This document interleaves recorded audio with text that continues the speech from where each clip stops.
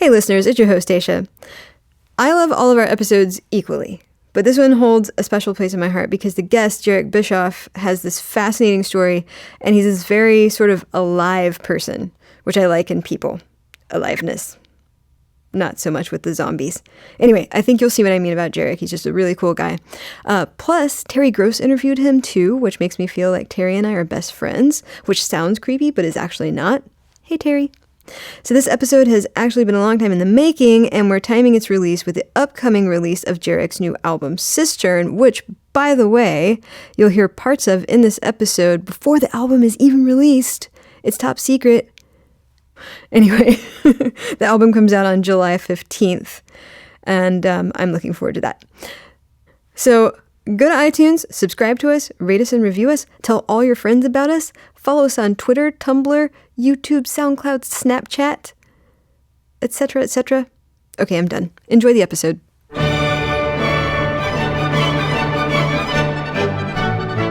I'm Dacia Clay, host of The Classical Classroom, a show where experts teach me about classical music. I used to know very little about classical music, and now I'd like to think that I know slightly more than very little. What I have learned is that classical music isn't the obscure, static art form that I thought that it was. In fact, it's a dynamic force that's doing amazing things in the world right now. Welcome to a Classical Classroom sub-series, MusicWorks. We'll go behind the scenes at concerts, hear amazing artist stories, and look at all the ways that classical music is working in the world today.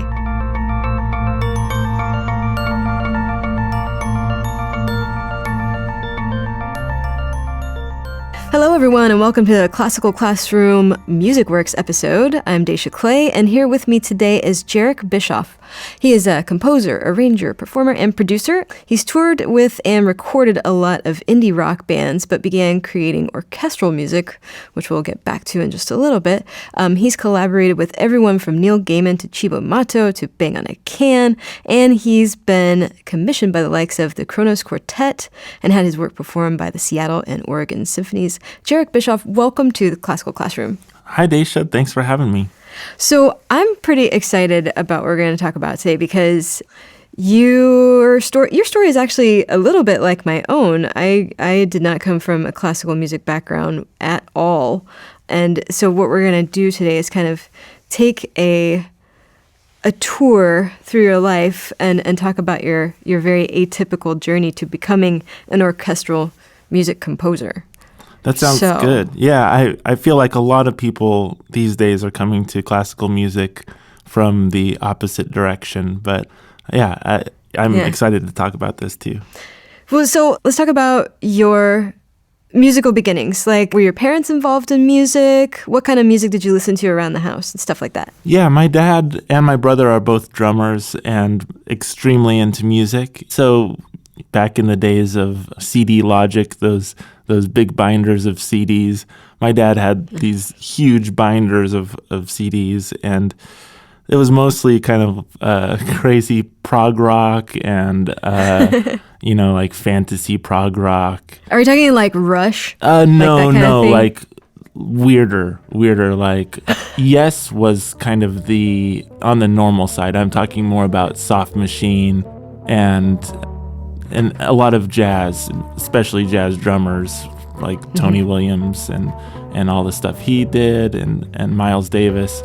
But then kind of, also all this strange prog rock.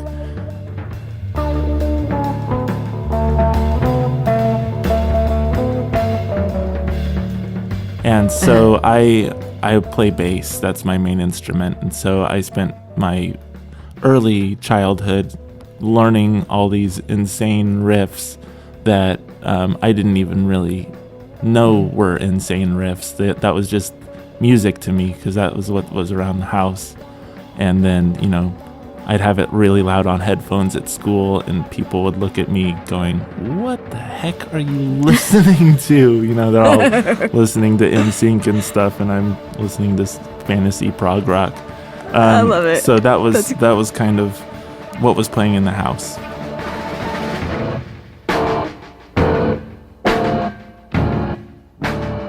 How old were you when you first picked up an instrument and went, yeah, this feels good. I think I was in seventh grade or so, probably 13 or so.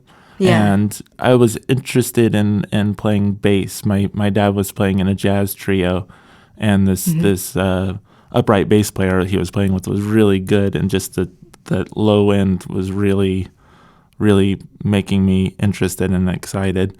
I was super into sports at the time, and my family is not a sports family at all. So as soon as the words left my mouth of saying, "Oh, I'm interested in bass," my parents just bought me a bass, like, immediately. Just going like, please pick this up, because there's no way you're going to be a professional baseball player. You're good, but not that good. So, that is hilarious, yeah. because that's like the opposite of most people's stories. Right. When a parent hears a child saying, I want to be an artist of some sort. Yeah. Generally, the response is, that could be a thing. Yeah. Yeah. But why don't you think about these other options? Exactly. Yeah. Yeah. So my parents have been very, very supportive. So your parents listened to this sort of prog rock and jazz and stuff like that. Mm-hmm. When you became a more conscious music listener and you started playing the bass, Mm-hmm. did you continue listening to that stuff? Did you develop your own interest? What direction did you go in? So I was actually raised on a sailboat my entire life. So this, little 37-foot sailboat. And after the second year of high school, we left on a 3-year sailing trip down to Central and South America and the Caribbean and all this stuff. So I was then just completely cut off from other kids, for one thing, or at least kids that I could speak a language to other than music. And I also was cut off from American culture. It was kind of right before the internet was really happening and all that. So I didn't have anyone to bounce ideas off of except for my parents and my brother, and that was all great. I mean, I'm very lucky, but it kind of sent me down this funny path of playing bass. And then bass is kind of the worst instrument to be by yourself with, because like guitar, you can kind of sing along with it, or you're making chords, you're doing something harmonically interesting. The bass, sitting by yourself going dong dong dong dong dong, it can only be fun for so long. So Right. Actually, the fact that my dad was so into prog rock and stuff like that really helped, because all those musicians are these, crazy technical musicians. And so I kind of went down this path of like, I'm going to be the best bass player in the world. I'm going to practice and learn all the different techniques, like tapping and slapping and all the different stuff, and try to be the fastest, most technical player on the planet, which, didn't happen. But I also soon realized that is not the music of my soul. My dad still is trying to pull me back into doing that. He actually had a funk intervention with me once, because I wasn't slapping anymore, and he was like, "You really got to slap." Man, no, I really don't. Right, the traditional you gotta slap dad talk. Yeah, exactly. Yeah.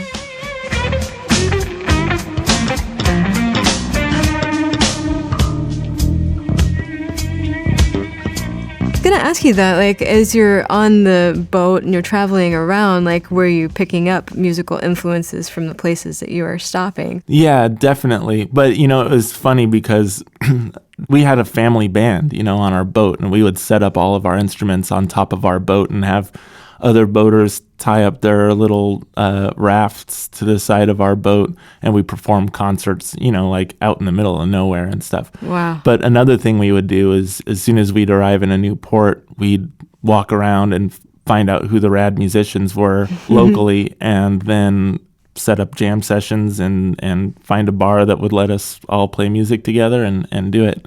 Wow. Which is great, but it all sounds so romantic and great. But it's funny because us as a family, we were like, oh, let's play your music. Let's play Latin music. Let's dive right into it. And all of them were like, let's play Jimi Hendrix and Carlos Santana and, all this music that is from our culture. We were wanting to play each other's culture's music instead of us like being immersed in all this stuff. So, I played like Jimmy Buffett songs more than probably Jimmy Buffett has played Jimmy Buffett songs. Just every time I would set up my instrument, they'd be like, what songs do you know? And I'd be like, well, you're not going to know the songs I know. I'll play whatever you know. And inevitably, every single time, it was like the first thing out of their mouth was, Margaritaville? And like, oh gosh, here we go again. Yeah. Did your soul just die a little bit every time somebody asked you to play that? It honestly did. But, I would figure out ways to like slap and tap and anything. So I played some very strange arrangements of Margaritaville. That is great.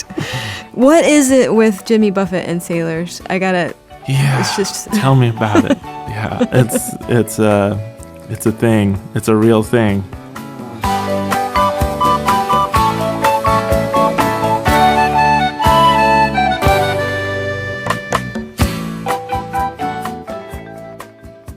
All that was awesome, and it's all coming around and influencing my music now, where I spent so much time in Central and South America where and playing with local musicians that sometimes I'll get these Latin rhythms or using Latin instruments in my music, but not in any kind of traditional way. It's like, oh, weird. Yeah, that's how that music is coming back out of me now.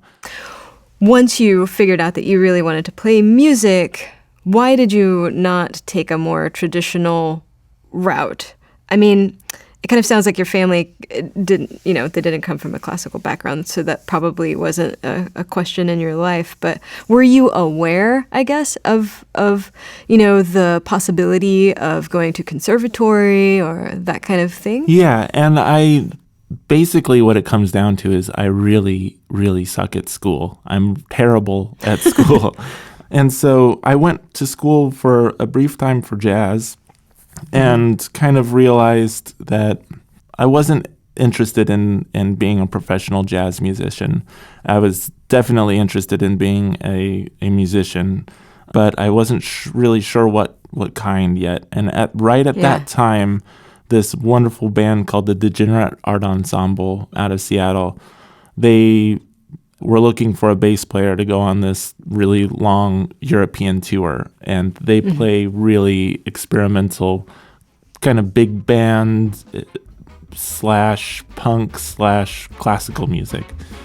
And yeah, it's really cool. And they let everybody in the band compose for it. And it was just full of all these musical brilliant minds.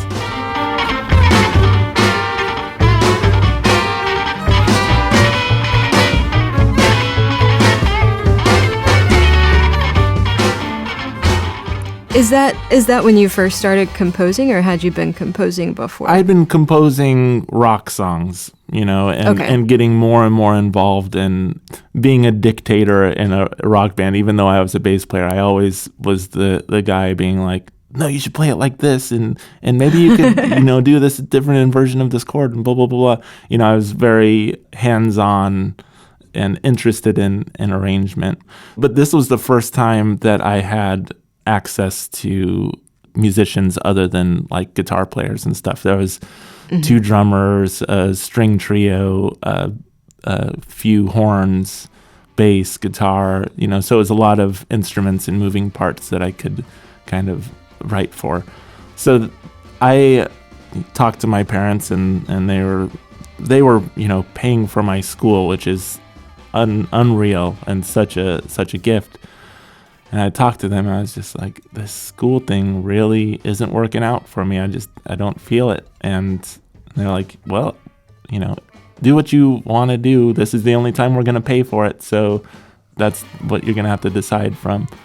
So I left school and went and played in this band in this European tour, and I really took it upon myself to corner all these musicians and really interview them and like go on long walks with each of them and try to soak up as much from these people as I could, and kind of use that actually as my school.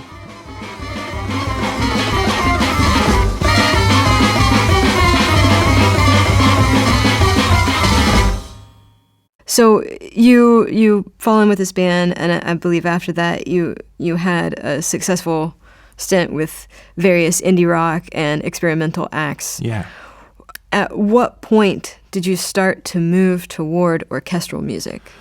So right around the time that I quit school to go on tour with the Digital Art Ensemble, kind of the nail in the coffin for school for me was actually, I was walking down the hall and I heard the most incredible music coming out of one of the classrooms, and I stopped right in my tracks and was listening, and I actually this is so unlike me. I just walked right into the classroom, walked right up to the teacher, and I just like looked at him and said, "What is this?" And he said, "Oh, this is Arvo Part Fratres." And it was the Gil Shaham version. And it was just that violin intro with the, and I'd never heard violin playing like that.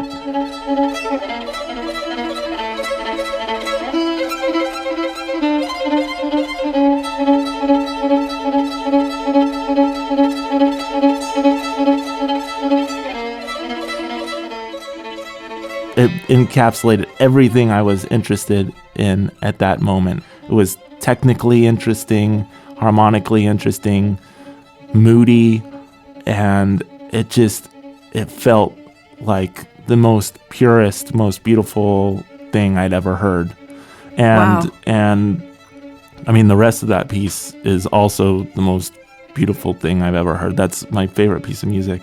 And I left that classroom, walked directly to the record store, bought that record, and kind of just went, that's it. This is my guiding light. I'm not going to do school anymore. I'm going to be in this band, and there's a whole world out there that I didn't even know existed, and that's it. I'm hooked.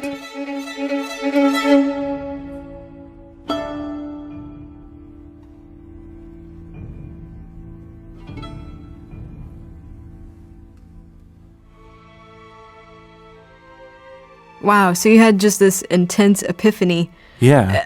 Hearing this music, and just decided to completely change course. Yeah, I mean, I had musically. never even gone to see a symphony orchestra ever in my life, and actually never did until I was asked to compose a piece for orchestra, and I was sitting in the orchestra for the very first time, and that was also the moment where I went, okay, this is the coolest thing ever. I don't know how I wasn't exposed to this before, and how I didn't realize that this was the coolest music ever. Yeah. Those two moments really completely affected where I am now. Well, contrary to popular belief, there are few symphonies out on the water. Yeah, so that's for sure. That's for sure. So, well, what did you do next? So you've had this musical epiphany. You hear this Arvo Part music, Mm-hmm. and you're like, okay, this is now what I want to do. So what do? You I just did it. That's you just did it. I was just like, well, okay. But what did you do? Well, I mean, it was actually a slower process, I guess. I was playing in all these rock bands, and to be able to be a musician and only a musician and not have side jobs is to have side jobs in music. I made a very clear decision at about 12 years ago that, okay, I'm going to just be a musician. That's it. I'm not going to take any other jobs, no matter how difficult life gets. Just going to do music. And, you know, it can be any job within music, but just music. So I just started trying to learn how to do everything I could in music. And so part of that was producing. And so I was producing these bands, and they'd be like, oh, we want a cello on this song. And so we would invite a cellist over, and we wouldn't have any music for them. We'd just be like, oh, you know, just play. And, you know, so we would kind of waste the cellist's time, and we'd waste our own time, and we'd waste money because it was taking a lot of time. And so at that point, I was like, you know, I hear parts in my head. Why don't I just, you know, learn how to write this stuff out? And I read a little bit of music just through jazz stuff, more just chord changes, not so much actual notes. So it was kind of starting from scratch. Just like, okay, I'm going to teach myself how to write this stuff. And then as I was getting better at that, the bands I was playing in and producing, we were all getting more and more ambitious and going, oh, let's add flute and let's actually have a string quartet. And then, you know, before we knew it, it was the size of an orchestra.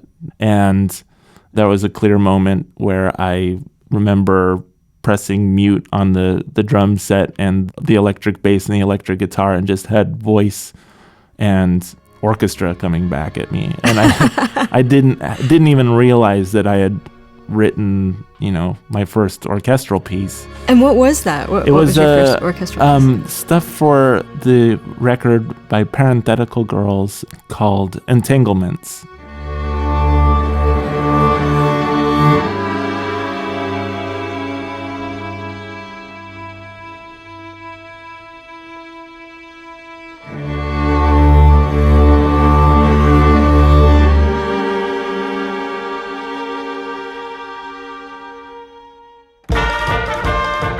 Yeah, that was the first time where I kind of went, wow, all right, this is something that I can actually do. I had no idea that I was doing it, and that's great. As soon as I realized that I could do that, I got really head over heels for doing that. And also around that same time, or a little bit before, I was exposed to this great band, Dirty Projectors, which is a pretty popular indie rock band. But the main guy in that, Dave Longstreth, he's an amazing composer. And one of his old records called Slaves' Graves was another epiphany for me, where he was a guy, you know, a lot like me. And then I heard this music that he had just put out, and it was pretty full-on chamber music.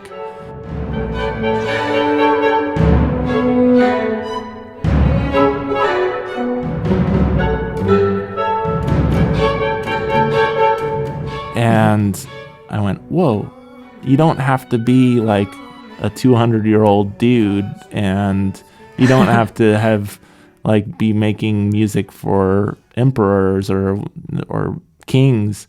You can be like a weirdo indie rock dude in your 20s in your apartment writing this music. And I heard this music and I went, whoa, I could do that. I could do that too, you know, and it was totally a DIY thing, and I appreciated that. I think the guys who wrote for those kings hundreds of years ago were also 20-year-old dudes. Yeah, I think they probably were. You know? Yeah.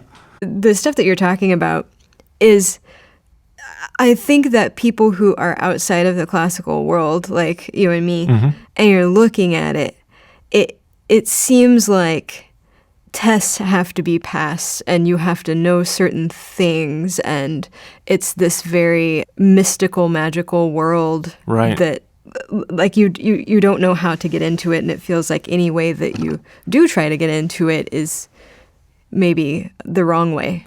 Yeah. because who are you exactly in the face of capital C classical music, you know? Yeah. And when I made this record called Composed, which was all orchestral songs with guest singers, and I recorded it by taking my one microphone around the city and recording my friends and layering the violins, 16 times to be able to make it sound like a huge violin section, and just did that to emulate a gigantic orchestra. And even though I knew I was making orchestral music, I was not thinking about classical music or the classical community or anything. And it wasn't until my first big show in New York where I was playing with an orchestra and had all the guest singers and stuff.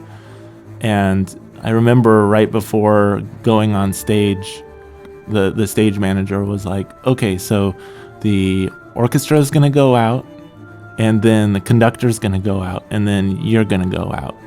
And I was going like, wait, but we're a band. Like the musicians, we're all the same thing, like. And it was this moment like, whoa, I made this thing without even thinking about how it's going to really fit into the world. And now, because it's orchestral music, I'm entering a whole different world that I don't understand whatsoever. And right, that has all of these rules about when to clap, who can walk out on stage when, It was this mind-melting moment, and I get to work a lot more now with orchestras and chamber ensembles and string quartets, and still alien to me, and also very exciting when I do my own shows to try to really be conscious of what rules in that community I love and which I don't love. Like for instance, the not walking out together. When it's my own show, I love to just walk out there all together like we're a band, and there's no hierarchy. It's everyone's in this together. Everyone's doing this thing. But I love wearing tuxedos, so that part of the tradition I love.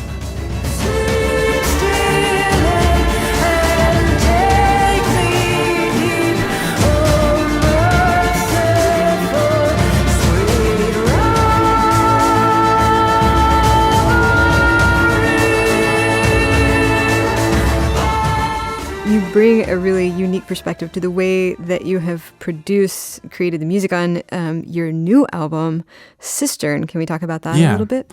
Yeah, and it's a step deeper into the classical world, but also kind of into the ambient world. I had the amazing experience of getting to do a residency up in Seattle, in Port Townsend specifically, at this army base that has a cistern, which is it's this huge 2 million gallon empty water tank underground. The only way you can get into it is through a tiny manhole. It's pitch black. It's incredible. And so the amazing part about it is it's reverb. If you snap your fingers, you can hear the sound you just made for 45 seconds. It has a 45-second reverb decay. Wow. So I spent 3 days down there where I figured out a way to plug my computer into a car battery and be able to run power. The only light was through the manhole. And I invited a couple friends up there, and just this space was unreal. I could play my trombone and stack, a 7-note chord just by myself by going doot, doot, doot, doot, doot, doot, doot. And then all those notes would be sustaining for 45 seconds. And so you have to kind of relearn how to play. It's actually the exact opposite of all that prog rock that I learned. It's like, okay, slow everything down. Every movement is going to impact the next 45 seconds. So that sounds like the Ableton device. Yeah, totally. But like just naturally occurring. Yeah, it's unreal. So I spent 3 days down there just improvising. And part of that time was improvising with friends. And then I wrote a couple seeds of pieces down there. And then, came back to reality, real earth, non-reverberation life, and not only turned those seeds into full orchestral pieces, but then composed the rest of a record's worth of music just kind of on the theme of the cistern and how you had to change the way you play. And so it's all this kind of more oceanic, long, textural music.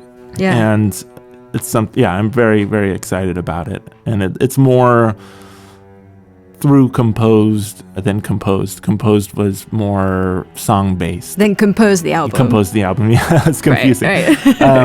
This is more like, one thought leading to the next, or just one thought and letting that ride out.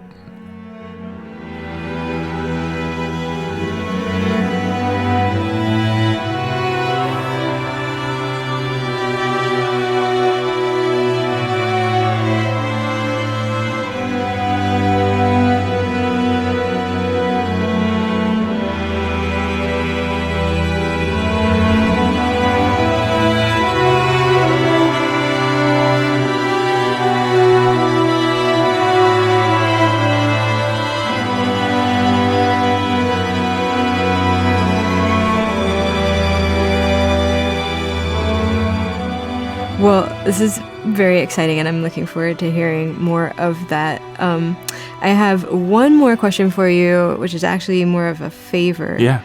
I know that you were interviewed on Fresh Air. Yes. And I was just wondering if you could tell Terry Gross that I said hello. Actually, she was the one that gave me the smackdown for the coffee squeak. That's awesome. Yeah. She's one of my personal heroes.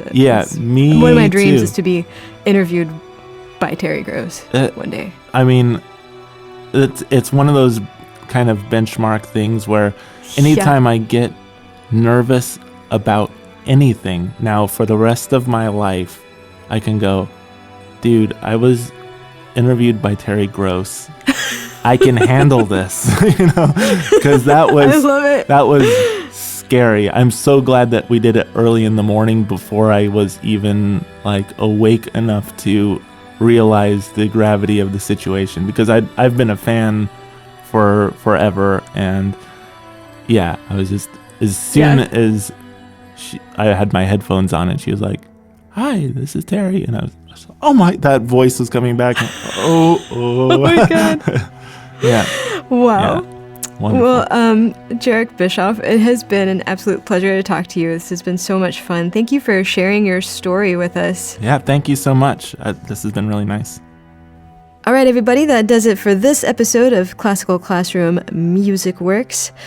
For more Classroom, go to houstonpublicmedia.org/classroom. Follow us on the Twitters, the Tumblrs, and the YouTubes. Subscribe to us, rate us, and review us on iTunes. Email me at dclay@houstonpublicmedia.org. Thanks today to audio producer Todd Tiramisu Hulslander for twiddling knobs.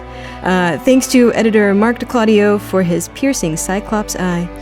Thanks to composer George Heathcote for the theme music to MusicWorks. Thanks to Jherek Bischoff for being here today. Thanks to me for saying words, but most of all, thanks to you for listening. We'll catch you next time.